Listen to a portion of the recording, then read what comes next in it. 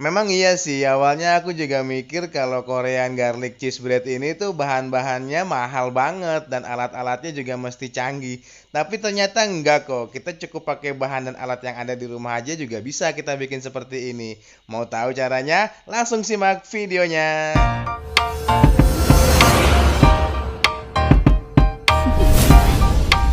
Do you wanna know? Assalamualaikum warahmatullahi wabarakatuh. Welcome back to my channel, Bunda Panda. Ya, kita udah seminggu nggak bikin konten nih. Pengen juga sih nge-review roti yang kekinian. Nggak kekinian-kekinian amat sih, kitanya aja yang agak lambat buatnya. Nih. Bahan-bahannya kita pakai yang murah-murah. Terigu cakra kembarnya cuma setengah kilo. Ya, memang bikinnya dikit.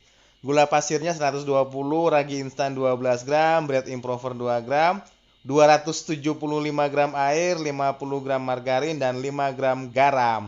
Pertama kita, aduh susah banget nih. Aduh, ulang. Nah, ini dia kita masukkan gula pasirnya ke dalam tepung terigu dan bahan-bahan keringnya. Ini kita masukkan semuanya menjadi satu nih di dalam baskom besar. Ini kita pakai mixer yang ulir-ulirnya spiral. Terus seperti ini kita aduk sebentar aja, yang penting rata.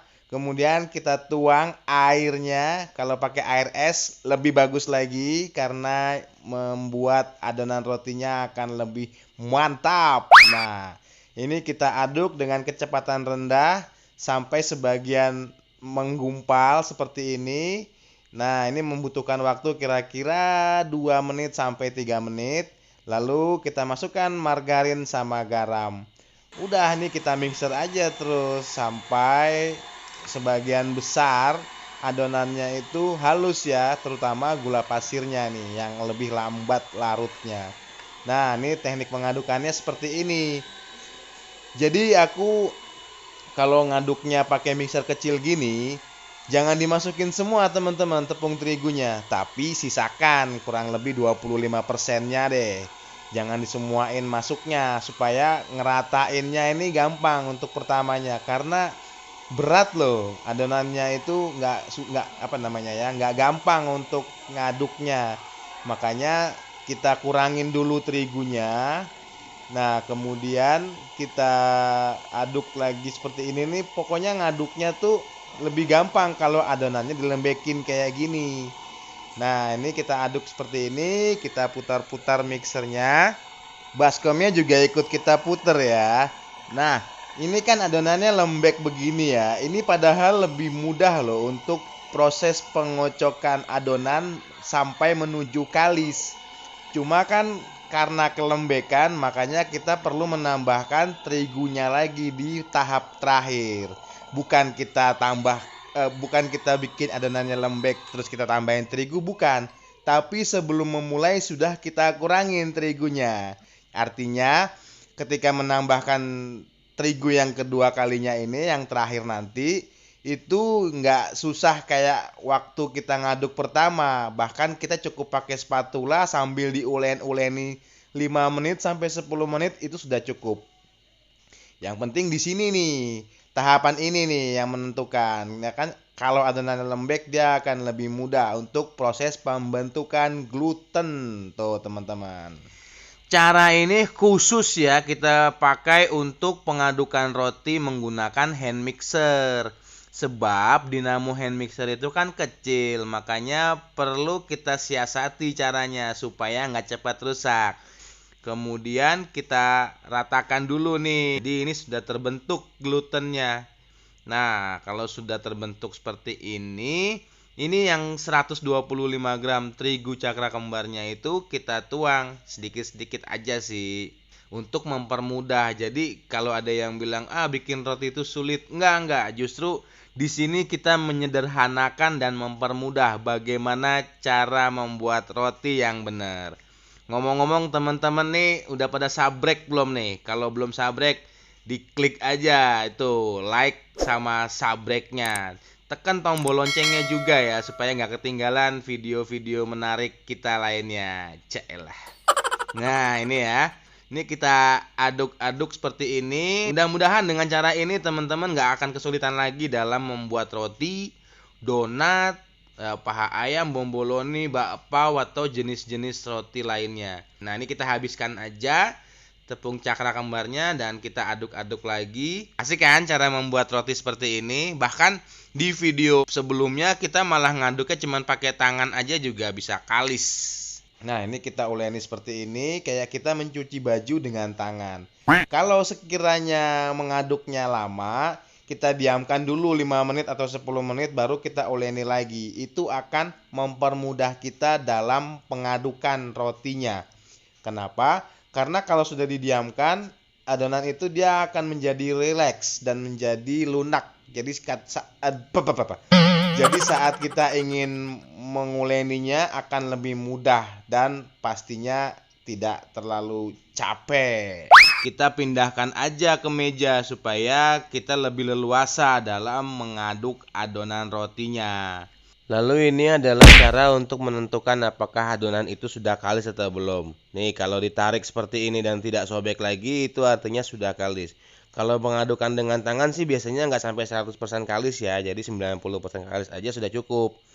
Kemudian kita potong dan kita timbangin ya, kurang lebih 40 gram supaya ukurannya sama. Ini kita pakai ilmu kira-kira. Untuk adonan yang sudah dipotongin, kemudian kita bulatkan dengan cara seperti ini, pipihkan lalu bulatkan. Tuh, jempol dan kelingkingnya kita kelilingin adonan rotinya, bukan ditekan ya, tapi digulung seperti ini. Kita mungkin perlu coba beberapa kali ya untuk menghasilkan permukaan yang halus dan mulus. Nah, jika sudah selesai, kemudian kita susun yang rapi. Pastikan kita sudah menyiapkan loyang, tentunya yang sudah dipoles dengan margarin ya, untuk membuat rotinya nggak lengket pada saat nanti sudah matang. Kalau potongannya pas 40 gram adonan rotinya ini satu resep dapat 24 piece, makanya kita butuh loyang besar. Seperti ini, baris yang rapi supaya pada saat nanti mengembang tidak bertabrakan dengan kanan dan kirinya. Nah, biarkan saja difermentasi sampai mengembang lebih kurang 90 menit sampai 120 menit sampai ukurannya 2 kali lipat dari ukuran sebelumnya. Kalau nggak ada proofing box atau ruang fermentasi bisa ditutup dengan plastik bening ya teman-teman. 2000 years later. Ini dia rotinya sudah mengembang, ukurannya sudah 2 kali lipat dari ukuran semula. Segera kita masukkan ke dalam oven yang sudah dipanaskan dengan suhu 190 derajat, api atas bawah. Tidak perlu dipoles apa-apa ya, begitu ngembang langsung kita masukkan ke dalam oven. Ini membutuhkan waktu sekitar 12 menit ya. Setelah 12 menit, ini sepertinya rotinya sudah matang. Langsung aja kita keluarkan dari dalam oven. Kemudian kita dinginkan selama lebih kurang 1 jam. Kemudian kita buat bahan isiannya. Ini kita buat cream cheese sendiri dengan bahan-bahan 175 gram keju cheddar, 140 gram susu cair, 30 gram gula pasir, 5 gram tepung maizena, dan 10 gram air. Gula pasirnya kita tuang ke atas keju cheddar, kemudian airnya kita tuang ke atas maizena, dan masing-masing kita aduk supaya tempatnya nggak terlalu banyak nih. Sekarang kita panaskan susu cairnya dengan api kecil saja ya. Kemudian sambil dipanaskan, kita tuang keju cheddar yang sudah dicampur dengan gula pasir. Lalu kita aduk-aduk seperti ini sampai mengental dan keju cheddarnya meleleh. Terakhir kita tuang larutan maizena yang sudah dicampur air dan dimasak terus sampai mengental seperti ini. Prosesnya bisa memakan waktu 10 menit. Kemudian kita siapkan bahan-bahan untuk garlic glaze-nya. Jadi kita ada 6 bahan, margarin, kuning, telur, madu, kental manis, bawang putih, sama parsley kering. Ini kita campur aja semuanya, terutama untuk kuning telurnya kita kocok terlebih dahulu. Lalu kita tuang ke dalam margarin yang sudah dilelehkan. Setelah kuning telurnya dituang ke margarin, diaduk-aduk rata sebentar saja. Kemudian kita masukkan kental manis, kira-kira 1 sendok makan. Ini kita tuang ke dalam adonan margarin ini ya, kita tuang habis. Lalu madu, ini 1 sendok makan juga jumlahnya. Lalu ada bawang putih lebih kurang 2 siung. Dan yang terakhir adalah daun parsley kering. Ketika semua bahannya sudah dituang ke dalam margarin, lalu kita aduk-aduk rata. Nah, seperti ini cara mengaduknya, ya biasa aja sih, nggak ada yang istimewa. Sekarang kita lakukan finishing roti yang sudah didinginkan. Tadi lebih kurang 1 jam ya. Ini kita belah seperti ini dengan menggunakan pisau gerigi atau pisau roti. Ini kita belah dulu, tapi bawahnya nggak putus ya. Kemudian arah 60 derajat kita gergaji lagi. Kita potong lagi, kita iris tapi nggak sampai putus juga. Dan 60 derajat lagi kita potongin lagi. Jadi bentuknya jadi 6 nih. Jadi kayak ada 6 potongan. Nah, udah seperti ini. Kemudian kita isi dengan cream cheese. Cream cheese yang tadi kita buat, ya ini cream cheesean namanya. Caranya gini nih, ini setiap sisinya, setiap belahannya itu kita isi dengan cream cheese menggunakan plastik segitiga. Tapi ini hasilnya nggak banyak loh, paling cuma dapat 4 atau 5 roti. Jadi buat teman-teman yang hobi banget sama keju atau yang seneng sama keju, bikin aja jumlah yang banyak supaya semua roti yang dibuat ini bisa keisi dengan cream cheese. Lalu kalau seandainya ada yang nggak penuh atau masih ada yang kelihatannya tipis, tambahin aja tuh ditumpuk kayak gitu. Ya, ini kita contohin 3 aja biar nggak kelamaan. Udah kelamaan ya. Ya udah langsung aja, ini kita poles dengan garlic glaze. Jadi si roti Korea ini kita kilatkan seperti ini ya. Kita poles, kita bedakin dengan garlic glaze supaya nanti akan mengkilat hasilnya. Nah, ini kita ovennya 2 kali ya. Setelah dipoles seperti ini, lalu kita oven lagi untuk yang kedua kalinya supaya garlic glaze-nya ini lengket dan ngeset ke rotinya, dan mengkilatnya itu nggak lengket lagi.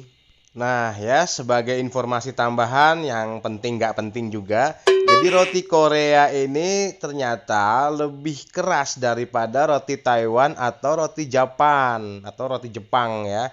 Roti Korea cenderung lebih keras dan lebih padat, maka dia perlu ada tambahan krim seperti ini supaya hasilnya lebih lembut dan ya ada kelebihannya lah dibandingkan roti Taiwan sama roti Korea yang mengandalkan kelembutan rotinya, terus juga topping-toppingnya cantik-cantik. Tapi kalau roti Korea ya seperti ini, di fashion, di make up dan didempul dan dibedakin kayak gini ya, biar mengkilat terus menggugah selera.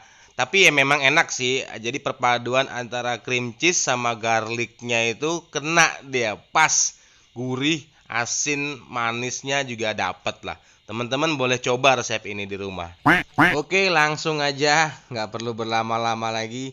Kita masukkan sekali lagi ke dalam oven dengan suhu 160 derajat ya, paling lama 10 menit. Ini ya kurang lebih seperti ini ya suhu oven yang kita pakai, 160 sampai 170.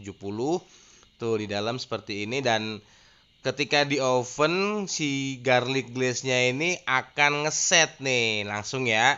Ini kita anggap sudah 10 menit. Tuh, sudah matang seperti ini dan glaze-nya lengket. Jadi pas kita pegang nanti dia udah nggak basah lagi, teman-teman, tapi tetap mengkilat. Ya, gimana? Cantik nggak? Ya, teman-teman, sekali lagi jangan lupa di like, di komen, di share, di subscribe. Tuh, tekan tombol loncengnya biar nggak ketinggalan sama video-video kita yang lainnya. Terima kasih telah menyaksikan channel Baking TV. Semoga bermanfaat. Sampai ketemu lagi di episode berikutnya. Sampai jumpa.